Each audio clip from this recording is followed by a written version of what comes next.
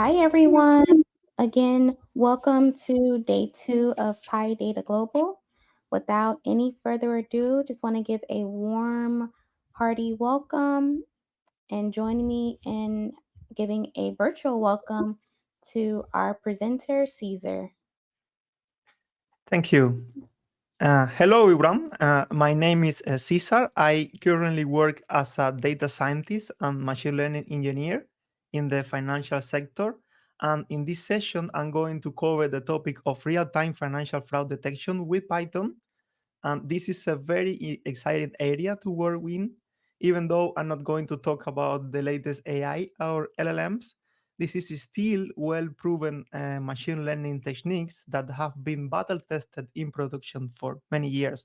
So I'm sure this session will be especially relevant for those of you interested in learning how real fraud detection systems are actually built and deployed. And my promise is that by the end of this session, you will have a solid understanding of how to design production grade fraud detection systems that make high stakes decisions under both latency and adversarial pressures. So let's dive in. Here's how this session is organized. First, we are going to frame the problem from both a technical and a non-technical perspective. And this part is about the fraud detection and its specific challenges, such as class imbalance, labor delay, adversarial behavior, and so on. Second, we are going to talk about the right metrics for this kind of problem, and not only going to cover like the classic metrics, but also precision recall, uh, also the precision recall curve, how calibrating thresholds, and so on. And third, it's also important to understand how these models are validated and enhanced with, like, for example, temporal split, rolling cross validation, etc. This is something that I'm going to cover. Four, we will look at the constraints for modeling, like latency in this case is a major constraint. And we also going to discuss which kind of models perform best for this particular problem. We will discuss when to use deep learning, for example. And last but not least, we will talk about model MLOps pipelines for model serving and operation. So let's start with the problem framing. And this is context is necessary to understand the problem domain first. So let me start with a very simple overview of how this works. In this case, you have a legit customer who sends a transaction request to a financial institution like a bank. And let's say that the bank has a fraud detection system that uses business rules and machine learning. And then, based on the many variables like customer profile, the type of the transaction, the recipient, and many other metrics, then the transaction is approved and everybody's happy in this case. But on the other hand, if the transaction request is sent by a fraudster, then the fraud detection system should be able to decline the transaction. And in this way, the money will never leave the financial institution. So the legit customers are protected and the fraud never happens. So at a very high level, these are the two main scenarios that fraud detection covers. Uh, yes. So it is important to mention that in this particular context, the stakes are very, very high. Why? Well, because we are talking about protecting real money from customers, and every transaction requires a decision in milliseconds. Like for financial institutions, every card payment, every transfer, or every login in the banking app is a chance to help a customer or a risk of dealing with the fraudster.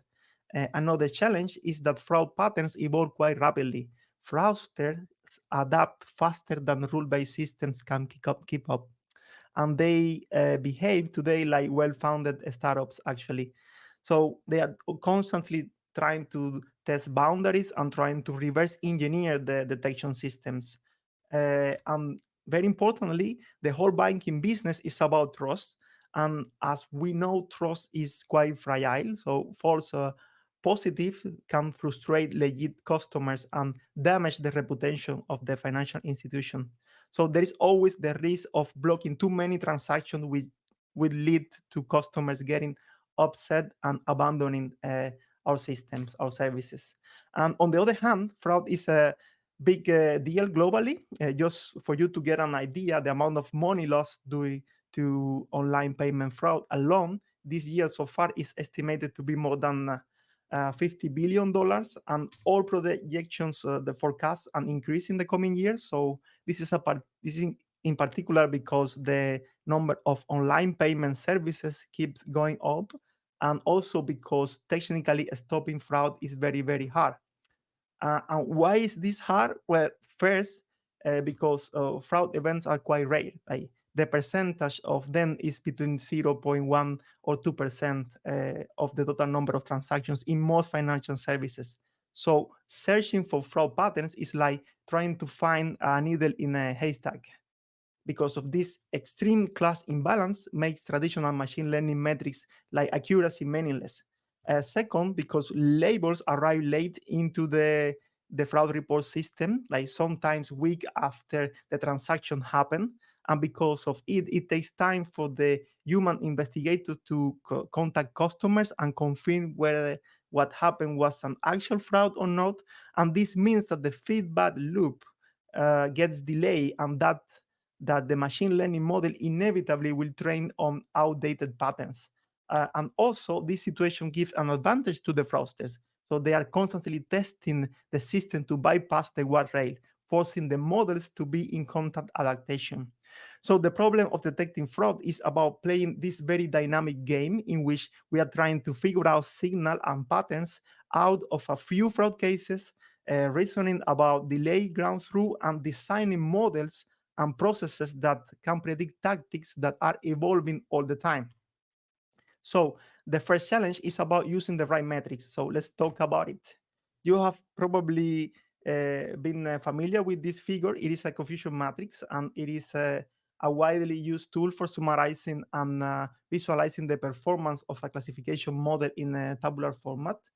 But I made this confusion matrix in particular to visualize the different outcomes of for this project. So as you can see, most financial fraud detection systems generate a binary output, a prediction indicating whether a transaction is fraudulent or not.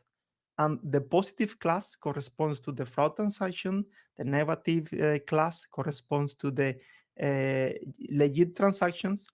And the interesting part here is that both the false positive and the false negative have a cost associated with the business. Like, for example, having a lot of false positive means unnecessary costs and operational inefficiencies because we are essentially stopping transactions from legit customers.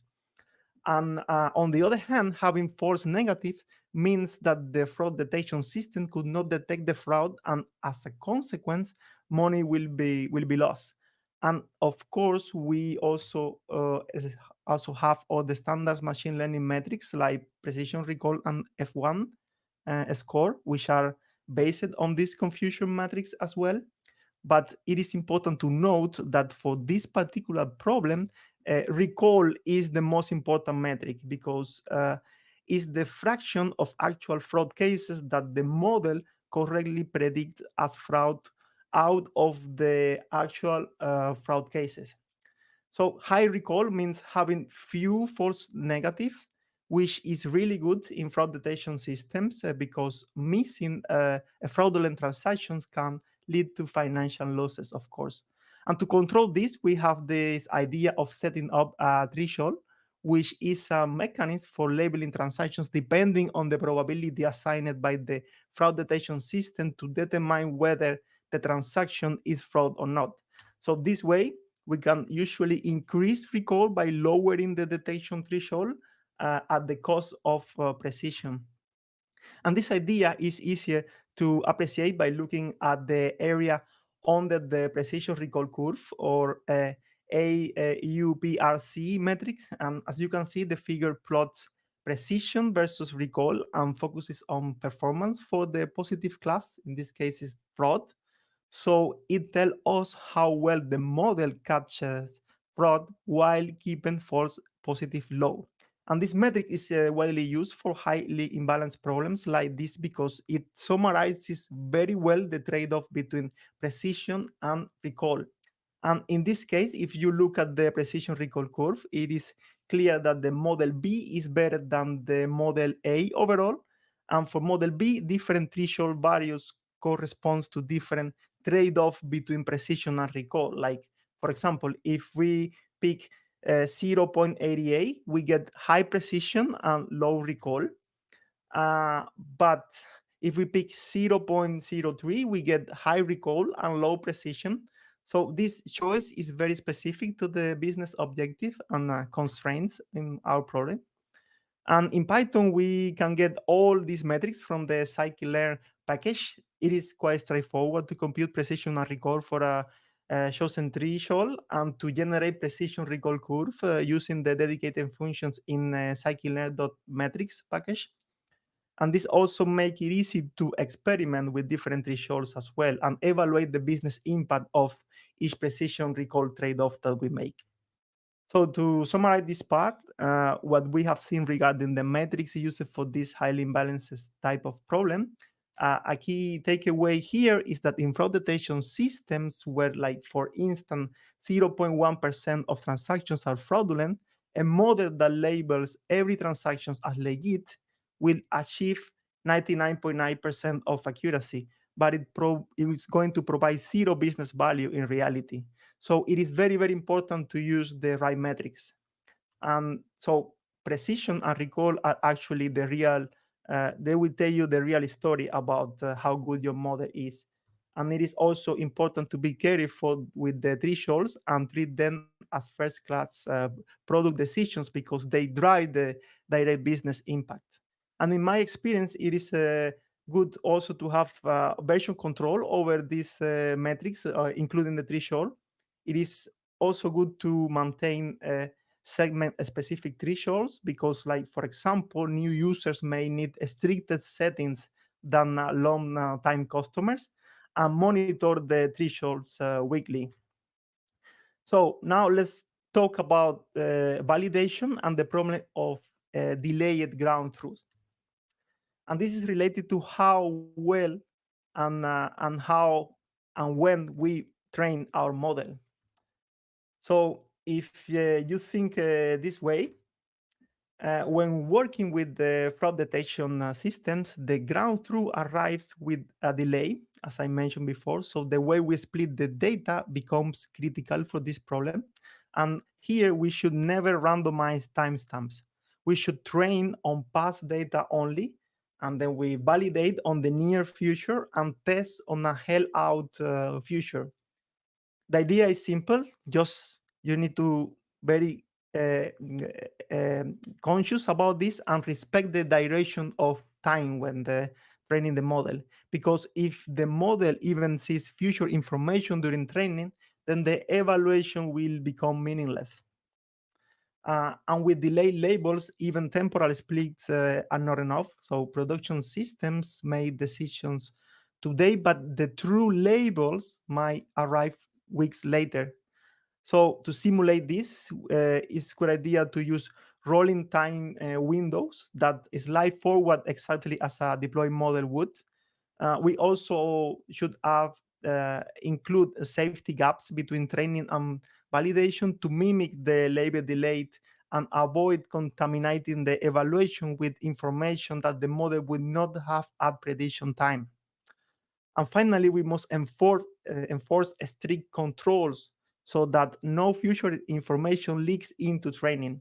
And a single timestamp error could artificially inflate performance and create false confidence. So in fraud detection, this is a classic pitfall which I have seen. There is this leakage of information that makes the offline metrics looks great, but the model collapses the moment it hits production. So the takeaway here is to never randomly split the training dataset and use time-based validation instead to predict real model performance. And here is a visualization of how rolling window looks in production for real. The y-axis are the rolling windows. The x-axis represents the timestamps, and as you can see, each training window is separated from its test window by a safety gap in order to take into account the label delay. So now I want to talk about the challenges of related to latency, which is the time it takes for the financial system to process a transaction and make an inference. Uh, Keeping latency low is really crucial for real-time payment systems, and fraud models not only need to have good statistical performance but also must operate quickly enough to be used in practice. So it is important to realize that the fraud check is only one part of the payment service.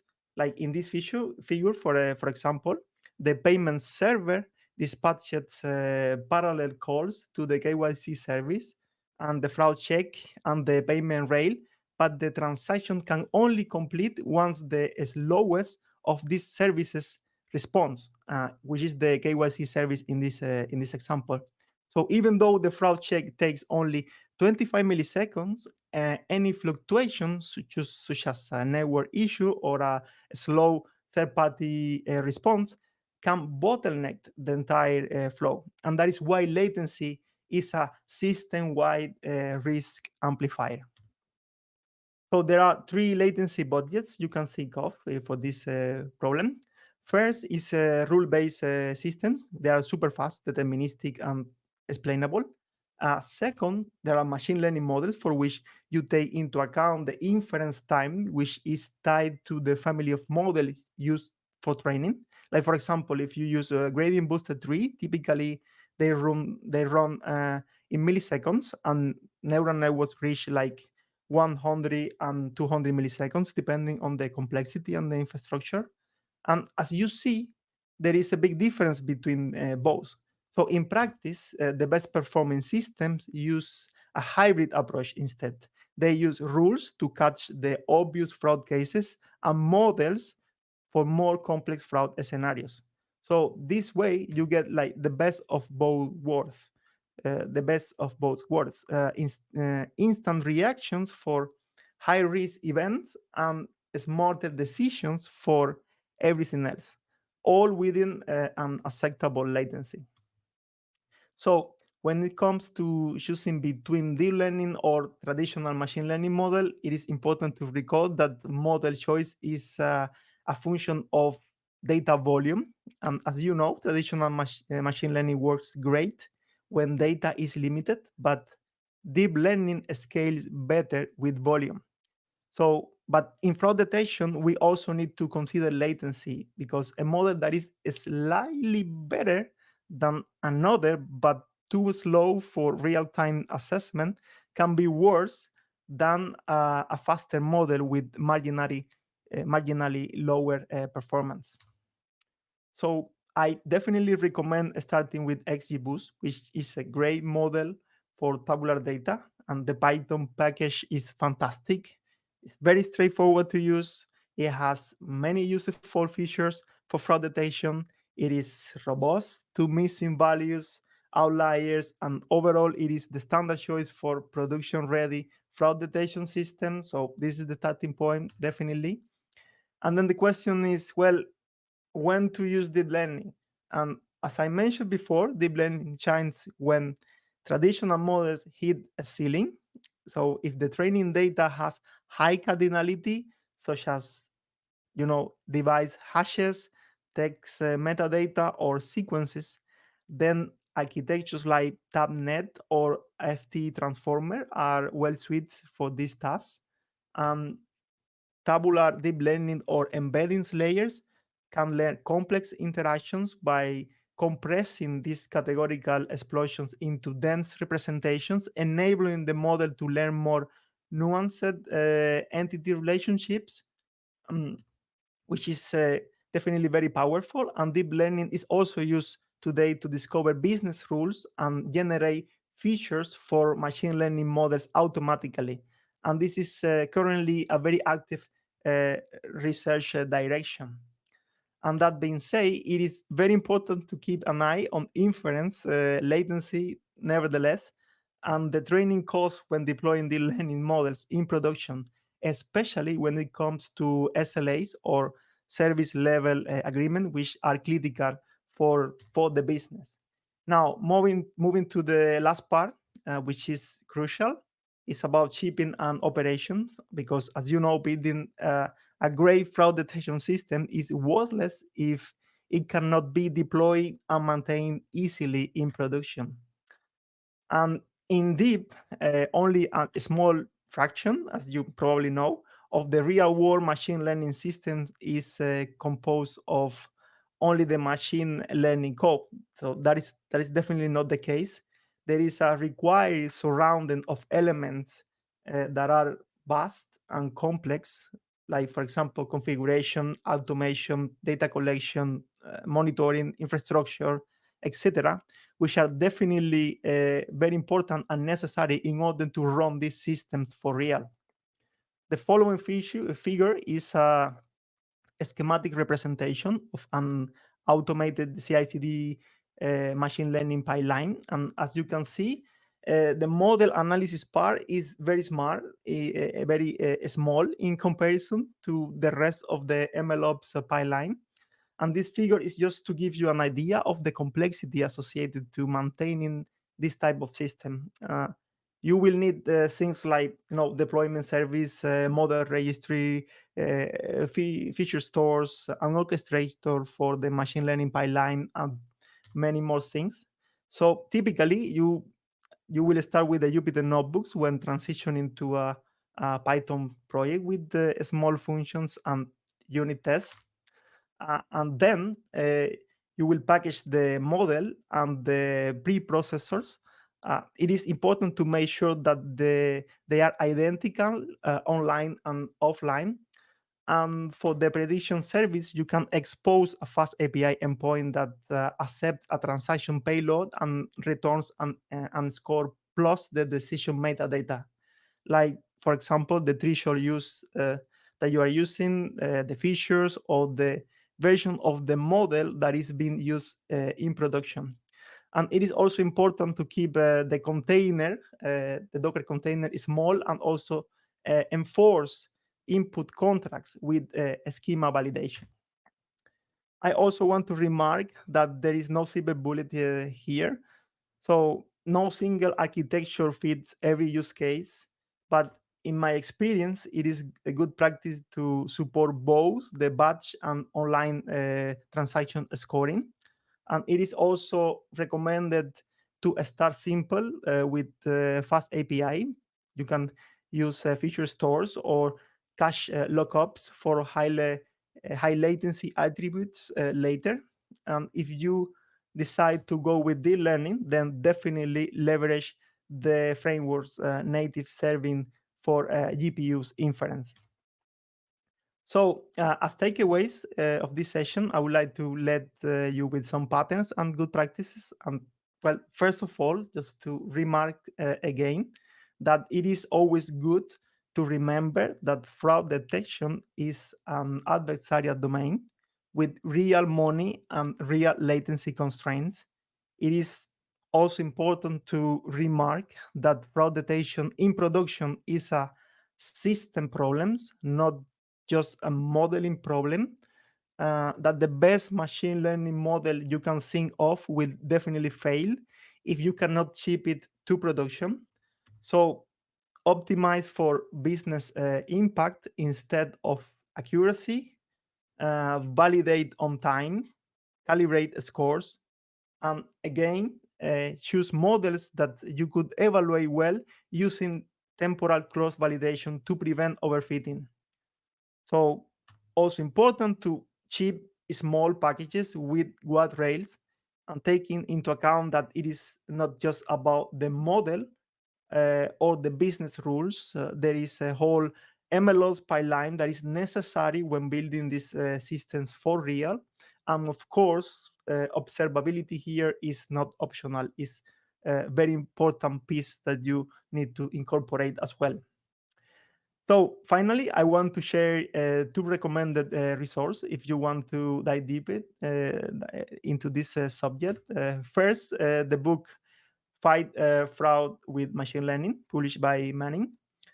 It will give you a very solid foundation with the fundamentals, and it has examples in Python. It is very good and up to date. I think it haven't been published already, but is in the pipe to be published very soon this year, I think. And second, there is this excellent GitHub repository called Grab Fraud Detection Papers, which contains a list of the latest papers in the field. It includes both like the papers that have deep learning approaches and also the traditional machine learning approaches, and also grab neural networks, which is like it's an emerging field in this area. And with this, I conclude my presentation. Thank you very much for being here, and I'm happy to answer your questions if we still have time for it. Thank you.